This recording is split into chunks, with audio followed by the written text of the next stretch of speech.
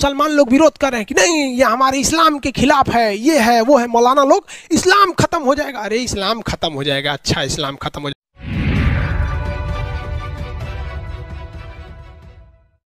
नमस्कार, इन खबर में आपका स्वागत है। यूसीसी यानी कि यूनिफॉर्म सिविल कोड, समान नागरिक संहिता। प्रधानमंत्री नरेंद्र मोदी जब अमेरिका से लौटे तो भोपाल के कार्यक्रम में नमूदार हुए और वहीं पर उन्होंने साफ साफ ऐलान कर दिया कि एक घर में दो कानून कैसे हो सकते हैं। लिहाजा उन्होंने ये इशारा किया कि हम तो इस पे कानून लाएंगे।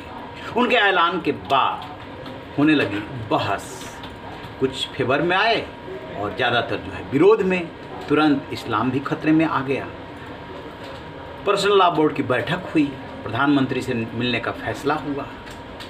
इधर अलग अलग मंचों पे इसको लेकर के बहस हो रही है। पटना वाले खान सर को आप जरूर जानते हो, बोलते हैं, बेबाक बोलते हैं और अपने अंदाज में पढ़ाते हैं। कठिन से कठिन सब्जेक्ट को सरल शब्दों में, गंवई भाषा में समझाने की कोशिश करते हैं। अब यूसीसी पे एक उनका पुराना वीडियो वायरल हो रहा है, बहुत तेज़ी से वायरल हो रहा है। उसके कुछ अंश देख लीजिए। मुसलमान लोग विरोध कर रहे हैं कि नहीं ये हमारे इस्लाम के खिलाफ है, ये है वो है। मौलाना लोग इस्लाम खत्म हो जाएगा। अरे इस्लाम खत्म हो जाएगा, अच्छा इस्लाम खत्म हो जाएगा। हम बोल देंगे तो मुसलमान लोग हमारे खिलाफ हो जाएगा। सुनिए ध्यान से, इसीलिए ये सब बतिया एप्लीकेशन पे बोलते हैं। इस्लाम में नियम है, इस्लाम का कानून, अगर अनुच्छेद 25 कहता है धार्मिक कानून, इस्लाम का कानून है कि चोरी करे तो हाथ काट दो, है ना। कोई मुसलमान चोरी करे ना तो उसका हाथ काटिए। कहिए काहे काटिए? तो अनुच्छेद 25 तुम्हारी धार्मिक स्वतंत्रता, इस्लाम कहता है हाथ काट दो। तो कहेंगे ना हाँ हमारा हाथ काटेंगे, इस्लाम बाहर में गया। पर हमको भारतीय दंड संहिता, इंडियन पिनल कोड की तरह चोरी की सजा दीजिए, 2 साल जेल में रखिए, हाथ काहे काटिएगा? वहां उनको इस्लाम नहीं दिखेगा। वहां भी कहिए ना कि चोर फांसी की सजा इस्लाम में नहीं है, सर काट देना है। महिला कोई गुनाह करे तो पत्थर से मारना है उसको। वहां पे सोचिए चौराहा पे खड़ा करके पत्थर से कूच के मार देता है सब। सर काट दीजिए, मौत का बदला मौत, हाथ का बदला हाथ, आंख का बदला आंख, यही होता है ना इस्लाम में। तो मुसलमान लोग या मुसलमान के मौलाना लोग जो समान दंड संहिता थी उसे मान लिया। दंड संहिता में भी तो आप कहिए कि मुसलमानों का दंड कानून अलग रखिए।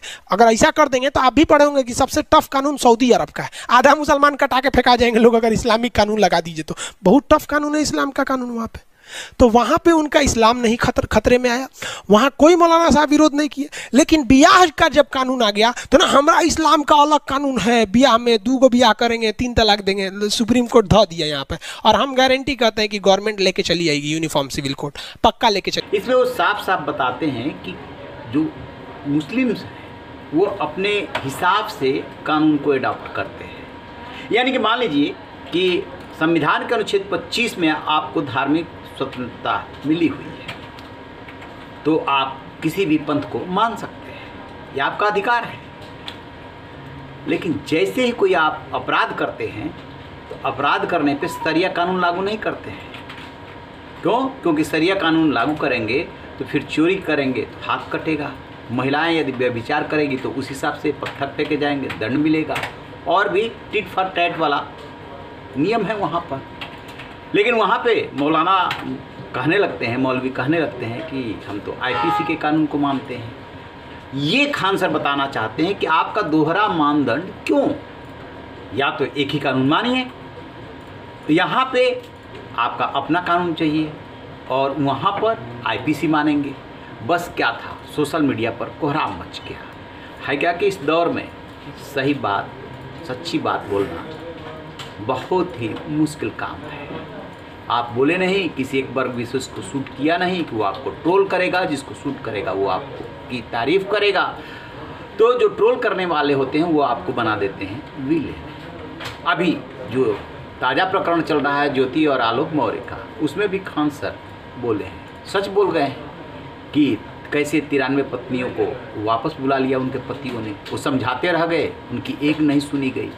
तो बोलते हैं, बेबाक बोलते हैं और कई बार चर्चाओं में और विवादों में आ जाते हैं। तो अब सोशल मीडिया इसको लेकर के उबल पड़ा है। देखते हैं कि ये विवाद कहाँ जा कर के थमता है। रहे बेखबर, देखते रहिए। Thank you.